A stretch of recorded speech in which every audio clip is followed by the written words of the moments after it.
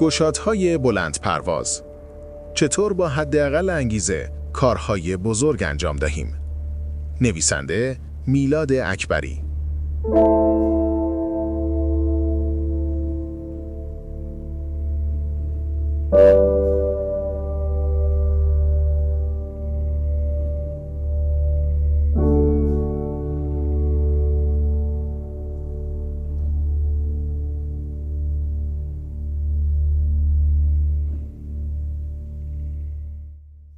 آرنجی، فصل 6.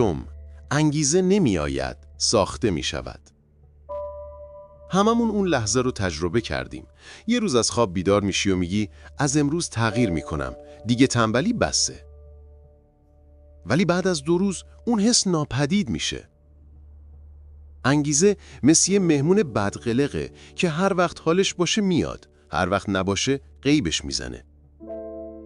و مشکل اصلی اینه که ما زندگیمون رو بر پالی حضور اون مهمون ساختیم، بهش عادت کردیم، بهش امید بستیم.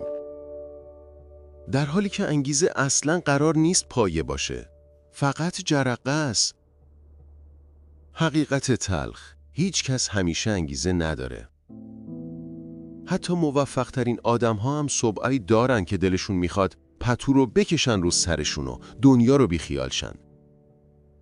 فرقشون با ما اینه که منتظر انگیزه نمیمونن. اونها نظم دارن، نه انگیزه.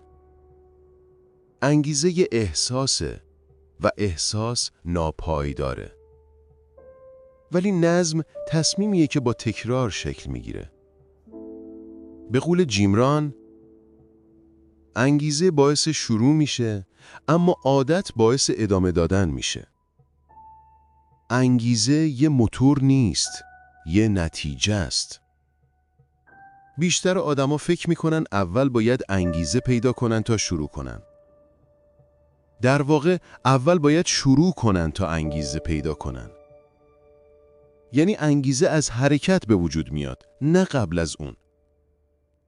یه تشبیه ساده. اگه تا حالا دوچرخه سواری کرده باشی میدونی شروع حرکت سخته. اما وقتی دوچرخه راه افتاد حفظ تعادل آسونتر میشه. انگیزه هم همینطوره. تا وقتی ساکنی مغزت مقاومت میکنه، ولی وقتی در جریان میفتی خودش انگیزه میسازه. چرا انگیزه زود میمیره؟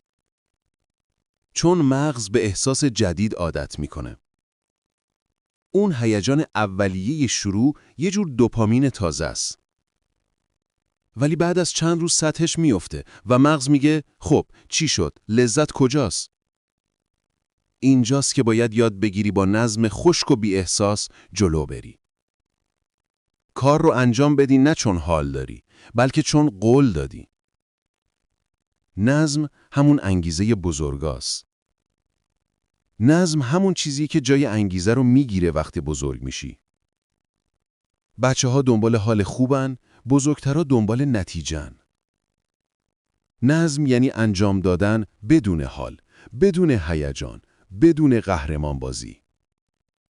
فقط چون میدونی باید انجامش بدی. نظم همونیه که باعث میشه یه نویسنده بنویسه حتی وقتی خسته است. یه ورزشکار تمرین کنه وقتی بارون میاد. و یک گشاد بلند پرواز بالاخره از تخت بلند شد چون تصمیم گرفته، نه چون انگیزه داره. تمرین کوچیک این فصل.